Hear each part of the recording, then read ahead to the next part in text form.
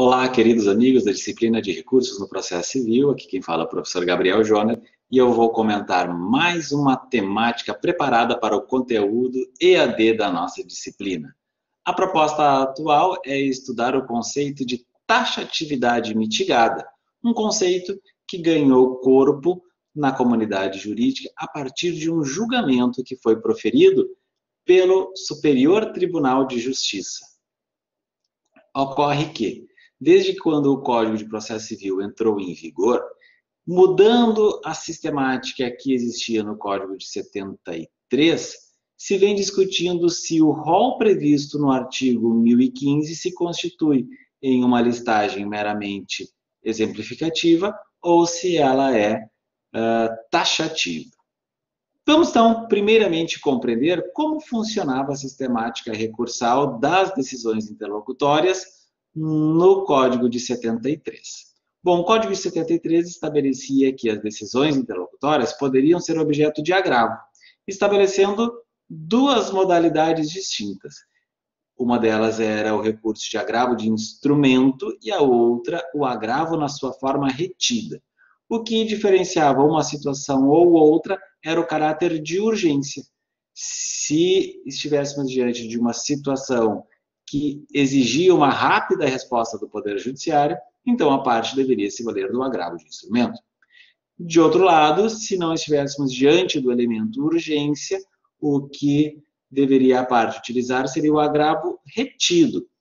A diferença é que o agravo de instrumento seria julgado logo pelo tribunal, enquanto que o agravo retido, ele não seria julgado de imediato, apenas quando o processo chegasse no tribunal, aquele recurso que então estava enclausurado, retido nos autos, desde que a parte postulasse a sua apreciação agora no tribunal, ele então seria julgado pela corte.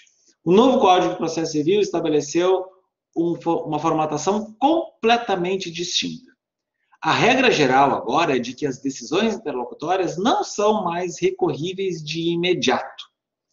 Não significa que elas não podem ser objeto de recurso. Podem sim. A diferença é de que, como regra geral, elas não serão objeto de recurso de imediato. Para poderem ser julgadas de forma imediata, haverá necessidade de expressa disposição legal. Para explicar bem essa situação, o prof. Elaborou um material de apresentação que também estará disponível aqui nesta temática do nosso conteúdo EAD. Material esse que eu disponibilizo para vocês agora aqui na nossa videoaula e, volto a dizer, está disponível em PowerPoint para vocês no Blackboard.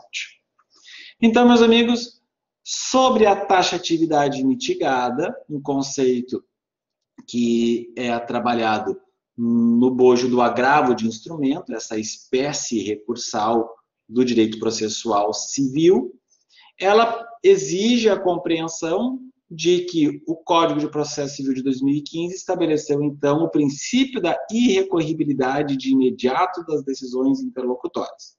Então, quando proferida uma decisão interlocutória, nós partimos do pressuposto de que nós não poderemos agravar.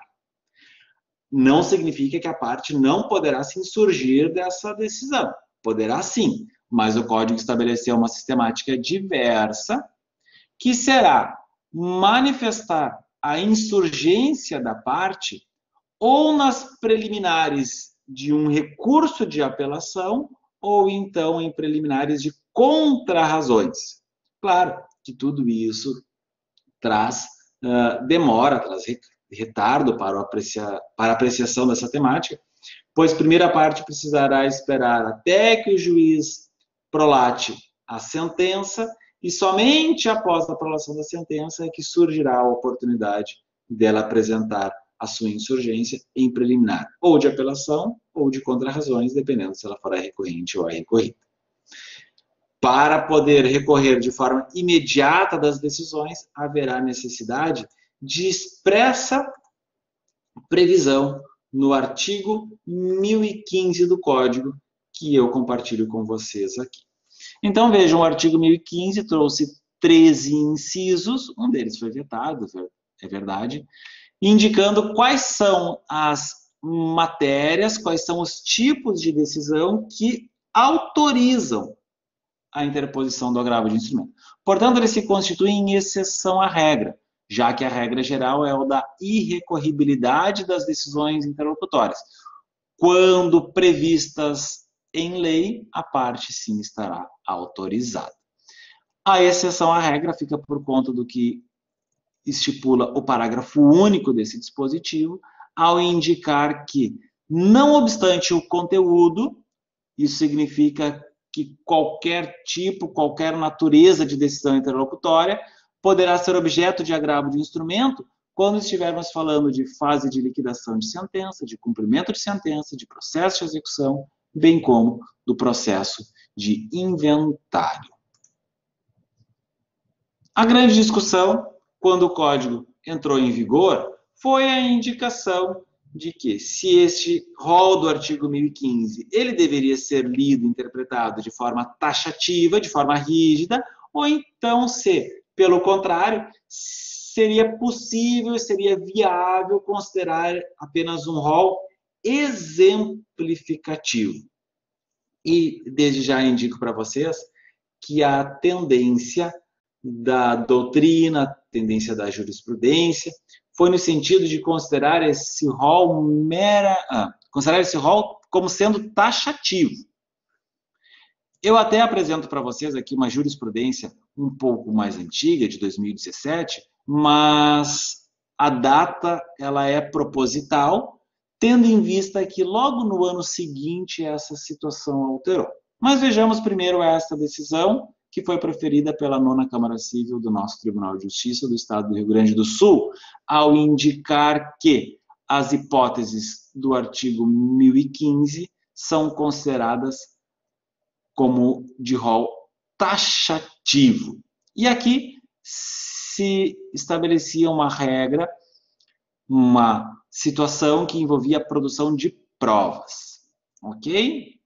Vejamos agora na lâmina seguinte que tudo isso se modificou a partir de um julgamento proferido pelo Superior Tribunal de Justiça no ano seguinte, em 2018, a partir de um recurso especial cuja relatora foi a ministra Nancy Andrighi. Ela estabeleceu o que foi denominado de taxatividade mitigada. O que foi decidido pelo STJ nessa situação? A situação foi a seguinte: embora o entendimento que acabou prevalecendo na corte foi de que o rol do artigo 1015 ele é sim taxativo, portanto a leitura e a compreensão dessas disposições deve ser feita de forma rígida, existem algumas situações em que essa taxatividade pode vir a ser mitigada. Em que situações isso seria possível? Quando estivermos diante do elemento urgência.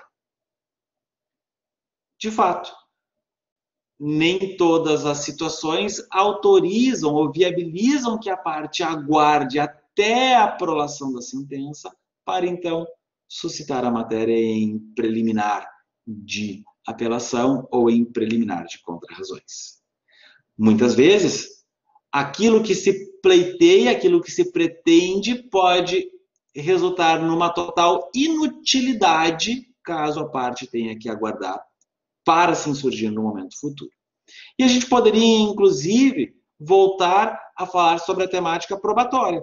Nós vimos essa decisão de 2017, em que o Tribunal de Justiça indicou que o pedido de produção de provas não está arrolado no rol do artigo 1015, portanto, não viabiliza o manejo do agravo de instrumento. Agora, imagine a situação de que esta prova tenha que recair sobre um objeto perecível. E caso não seja feita de imediato, essa prova pode resultar numa total inutilidade, pois caso venha a ser autorizada apenas pelo tribunal, quando o julgamento de um recurso de apelação, em que se decidiu a preliminar da apelação ou a preliminar das contrarrazões, é possível que esse objeto não mais exista. É possível que esse objeto tenha se perecido. Portanto, nós precisaremos levar em consideração o critério da urgência para indicar se uma determinada hipótese, uma determinada situação, podem viabilizar o manejo do agravo de instrumento. E foi isso que a ministra Nancy Andrighi, acompanhada pelos seus pares no STJ, acabou fixando para a compreensão desta temática. Vejam bem, meus amigos, trago para vocês o informativo de jurisprudência 639, onde aqui no destaque nós percebemos que a decisão do STJ foi no sentido de que o rol do artigo 1015 é de taxatividade, porém mitigada, e por isso admite-se a interposição do agravo de instrumento quando verificada a urgência decorrente da inutilidade do julgamento da questão no recurso de apelação. Este exemplo que nós comentamos há pouco é a perfeita hipótese para a compreensão dessa taxatividade mitigada. A parte precisa da produção de provas agora, porque o objeto onde recairá a prova, ele é perecível. Se o juiz indeferir um pedido de provas sobre este objeto, de nada adianta a parte aguardar até a aprovação da sentença.